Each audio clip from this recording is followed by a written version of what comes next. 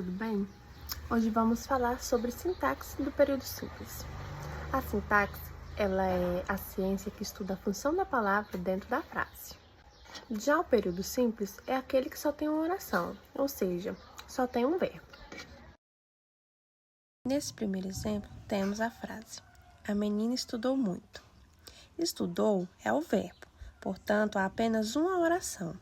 Nesse caso, porque temos apenas um verbo. Tudo que está em volta do verbo forma o termo da oração, sujeito, complementos e adjuntos.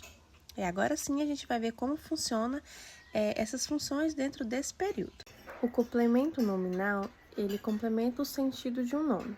Esse complemento ele pode ser um substantivo, um adjetivo ou também um advérbio. Neste primeiro exemplo da frase "tenho orgulho de você", o núcleo é o nome orgulho, que precisa de complemento para ter sentido completo. O de você completa o sentido e vem com a preposição de. Portanto, de você é o complemento nominal da frase. No exemplo 2, temos a frase: ela está ansiosa por novidades. O adjetivo ansiosa pede o complemento com preposição. E por novidades, complementa o sentido, que no caso é o nosso complemento nominal. Agora nós vamos falar de uma confusão clássica: adjunto adverbial e adjunto adnominal. São termos acessórios, mas eles se ligam a coisas diferentes. O adjunto adverbial, ele dá causas ao verbo. Ele pode representar modo, causas, finalidades e entre outras coisas. Nesse primeiro exemplo, temos a frase: estudo à noite. Vamos recapitular. É uma oração, né? Só, porque o único verbo é estudo. E à noite é o nosso adjunto adverbial de tempo, que ele está indicando a hora que ele estuda. No nosso exemplo de número 2, temos a frase: ele falou com calma. Com calma é o nosso adjunto adverbial de modo, que ele indica a forma com que ele estava se sentindo no momento. Nesse terceiro exemplo, temos a frase: moramos em Salvador. Em Salvador indica um lugar, então esse é o nosso adjunto adverbial de lugar. Uma dica, um macete que eu sempre uso e passo para quem me pergunta é: se o termo modifica o verbo, ele é um adjunto adverbial.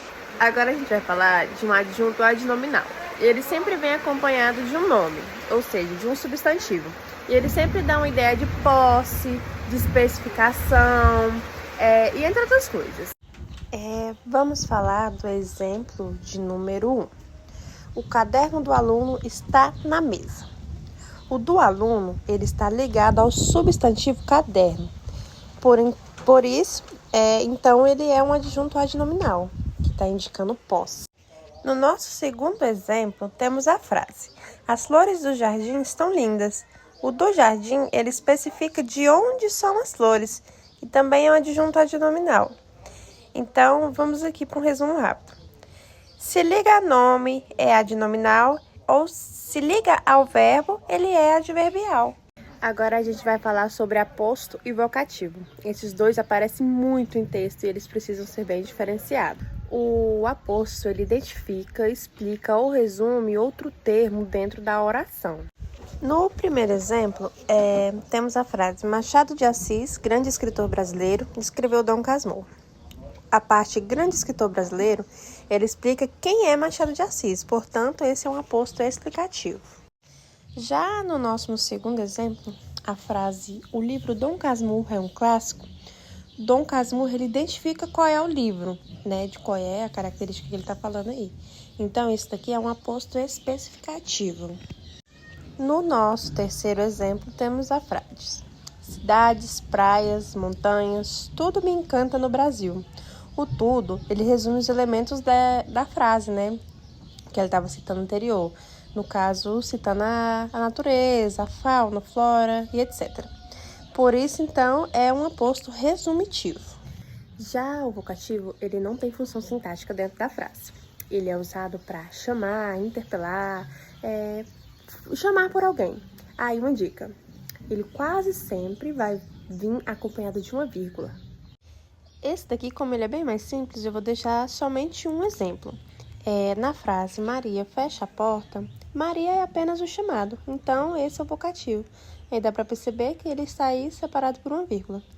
Em resumo, o aposto explica e o vocativo chama. Agora a gente vai falar das vozes verbais, que é sobre quem faz e quem recebe a ação.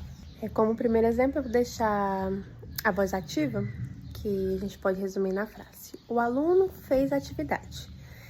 Foi a voz ativa, foi o aluno, que foi ele mesmo quem fez a atividade.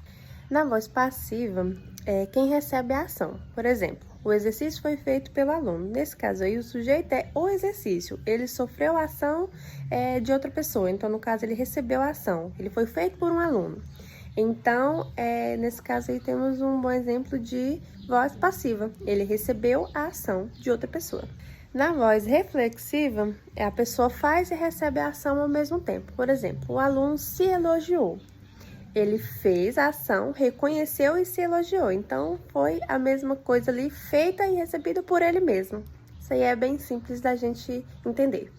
Em resumo, na ativa, o sujeito age, na passiva, ele sofre e na reflexiva, ele age e sofre ao mesmo tempo.